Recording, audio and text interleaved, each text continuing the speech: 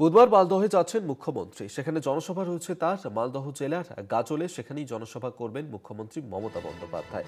বুধবার মালদহে যাচ্ছেন মুখ্যমন্ত্রী, সেখানে একটি জনসভা করবেন তিনি, এবং মালদহ জেলার গাজলে সেখানেই জনসভা করবেন মুখ্যমন্ত্রী। আমরা এই নিয়ে আরো বিস্তারিত কথা বলবো। গৌতম চক্রবর্তী আমাদের সঙ্গে টেলিফোনে রয়েছেন প্রতিনিধি। গৌতম, আগামীকাল মালদহে যাচ্ছেন মুখ্যমন্ত্রী, তার এই সফর নিয়ে কি জানতে পারছো? দেখো, এই যে মুখ্যমন্ত্রী মালদাতে আসছে, এই 2025-এ মুখ্যমন্ত্রী এই নিয়ে দ্বিতীয়বার মালদায় আসছেন। এর আগে যখন উনি এসেছিলেন প্রশাসনিক সভা করতে এসেছিলেন মুখ্যমন্ত্রী মমতা বন্দ্যোপাধ্যায়, কিন্তু আগামীকাল যে উনি সভাটা করবেন সেটা সম্পূর্ণভাবে রাজনৈতিক সভা। এবং একটা কথা বলে রাখি যে 2016 বিধানসভা নির্বাচনে গোটা রাজ্যে তৃণমূল ভালো ফল করলো, মালদাতে একটি আসনেও কিন্তু তৃণমূল জয়লাভ করেনি।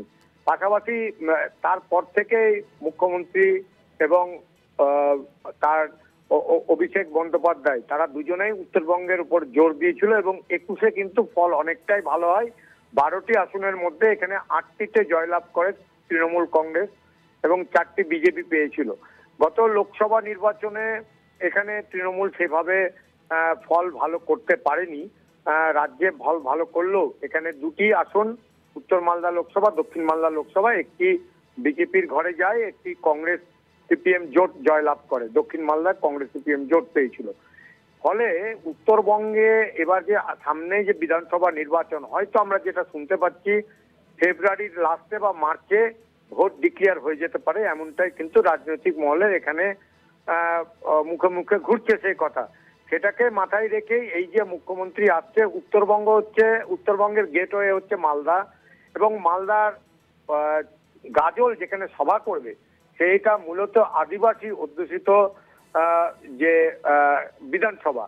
সেখানে এই তার আশেপাশে হবিবপুর, ওল্ড মালদা, মালতীপুর, এই সব জায়গা কিন্তু শামসি, এই জায়গাগুলোতে চাচল, এখানে কিন্তু প্রচুর আদিবাসী মানুষ বসবাস করে, এবং গাজলটা মূলত প্রায় 30% উপরেও আদিবাসী মানুষের বাস।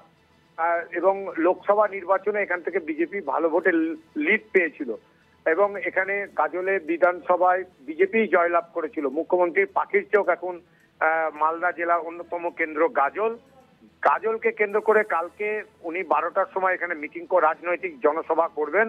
করে এখান থেকে ফিরে আমরা যা জানতে পারছি বহরমপুরে তার কর্মসূচি রয়েছে।